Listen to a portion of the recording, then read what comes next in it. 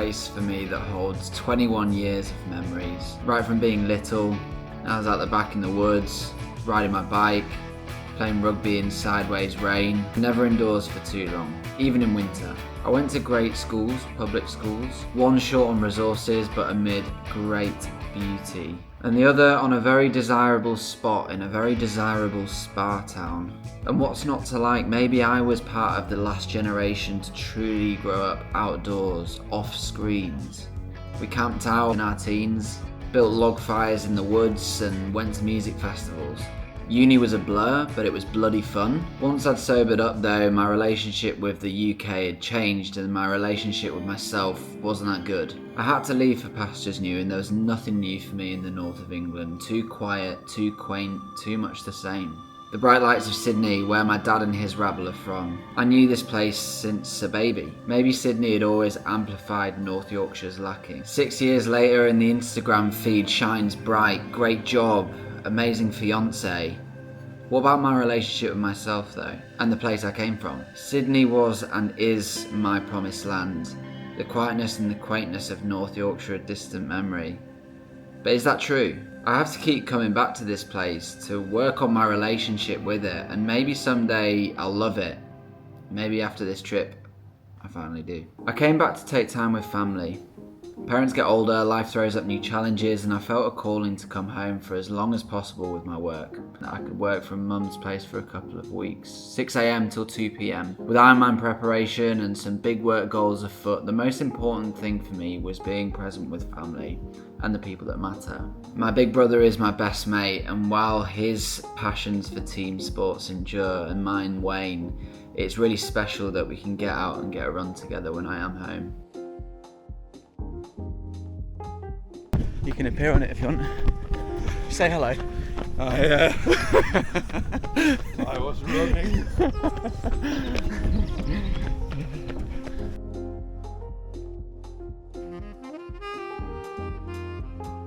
Elliot and I have another special mate who goes by the name of Bobsy. A downright wonderful, values-driven bloke who's a great friend, dad and creative, who like me, loves making shit. He grows his craft in videography and we had the chance to collaborate in one of the most gorgeous and historic spots.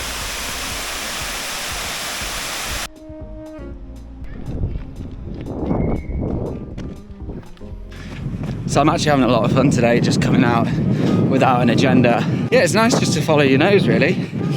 Although, yeah, I do have to start kind of getting more Ks in the legs now. The pictures. You beauty. Look at them. A little dance. I'm building my running again towards a couple marathons coming up. The run leg of Cairns and the Gold Coast Marathon 3 weeks after that. I'm finding some great consistency and I love that I can run anywhere in the world anytime. Doing it as a means of rediscovering spots I already know with old friends is a real gift and I milked it. I had a lot of fun. Stuck my athlete's foot jersey on and with my best outfit for Ben's drone.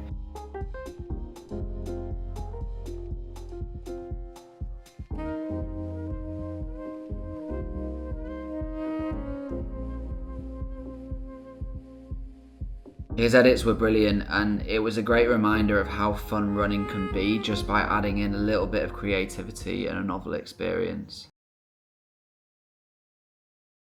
One of the first things that my mum did after moving with me and my brother up north was starting the Ripon Loiterers, a merry band of cyclists that we'd cycle all over the country with on our golden 3-seater tandem. When my obsession with looking cool commenced, I'd only ride an MTB, but years later, having rediscovered cycling in Australia, I love slapping on the Lycra and exploring on 2 wheels. Riding mum's specialised Roubaix through the Yorkshire Dales is a really special way to reconnect with this place and reflect on what an incredible part of the country I grew up in. I had so many privileges afforded to me, an outdoor childhood in the clean air of the country, relative safety, access to sport, a relatively good education. Some might say there are a few better places to ride your bike.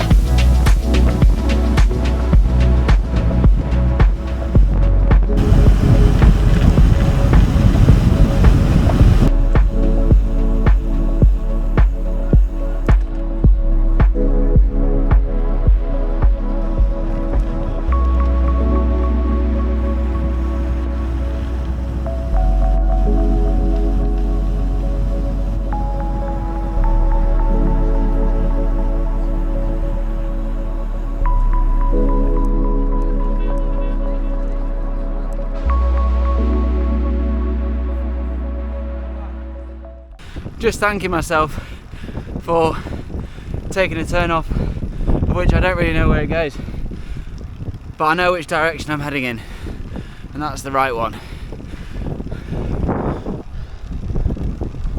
What a fantastic day. Bloody hell. You can guarantee that I've played cricket, rugby or football in every single village. I've got memories around every corner.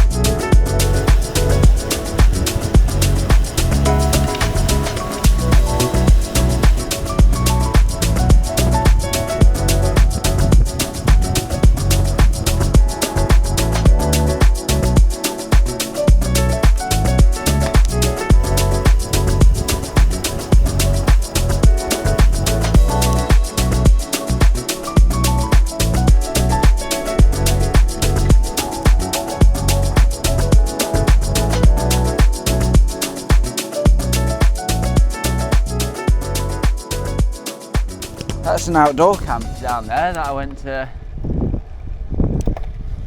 that I stayed at when I was in high school. I completely forgotten about that. It's right there. That's lovely.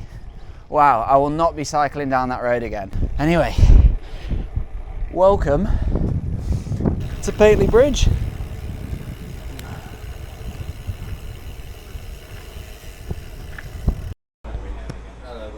Hello mate, how you doing? Yeah, good, thank you. Good. Could I just get the pork with black pudding and apple, please? Thank you.